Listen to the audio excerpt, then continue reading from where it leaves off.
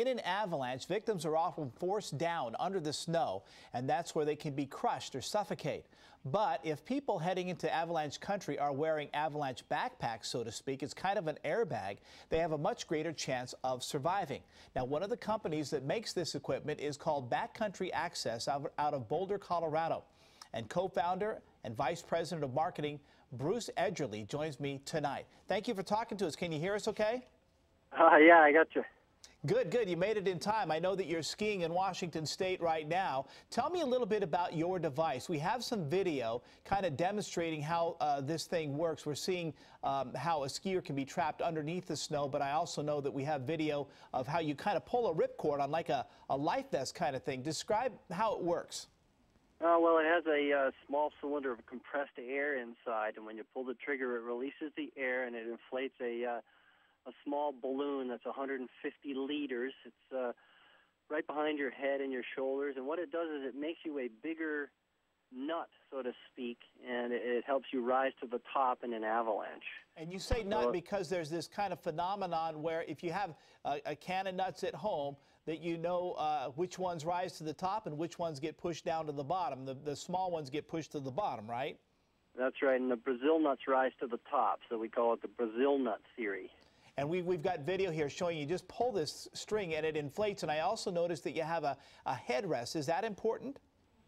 A headrest?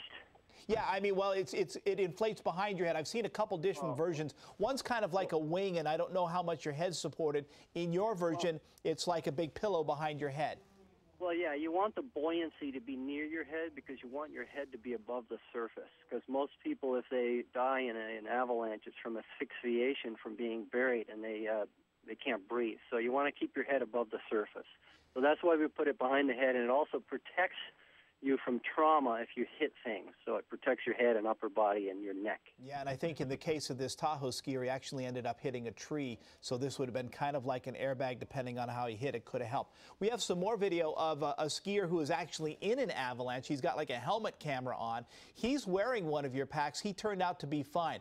Can a person still be buried under the snow? I mean, what I'm trying to get at is, now these are test dummies here that we see that they are testing these packs on. What I'm trying to understand is if you're wearing the pack, do you necessarily get forced all the way down, or are you just kind of closer to the surface, or are you completely buried still with the pack? Well, normally you're going to end up on the surface, but, you know, avalanches can be very violent, and, you know, you really just want to get closer to the surface. The deeper you are, the more shoveling it takes, and it's the shoveling part of the rescue that takes the majority of the time. Now that avalanche beacons are so effective with the digital systems, it's the shoveling that takes the majority of the time. So the closer you can get to the surface, the less time you're going to spend shoveling, and you only really have 15 minutes maximum to get to the victim. Now, is there anything else, if you're a victim, if you're in there, is there anything you can do that you should try to do? Should you try to cover up, make a ball? I mean, in some cases, I know you're probably not going to be able to do anything, but are there any tips, if you have any chance at all, to try to survive, what you should do? You want to get your elbow in front of your face, and that will help you create an air pocket so that if you do get buried, you've got some air to work with, and you want to get the other hand up above your head so that if you're close to the surface, somebody can see your hand. Right. How much do these packs cost, and what type of people are you see using them? Well, they cost anywhere from $700 to $1,500. Ours is more like $700. The European ones are a little bit more expensive, and we're seeing a lot of snowmobilers using them, and a lot of aggressive kind of what we call free skiers, people that ski more challenging terrain. Yeah, well, you know, and the helicopter skiing and all that kind of stuff.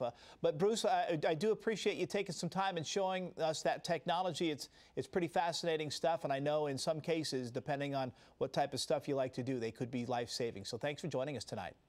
Great. Well, that's our goal, is to save lives, and we're really sorry to hear about the incident in Tahoe. Yeah, absolutely. Us too. Thank you so much, sir.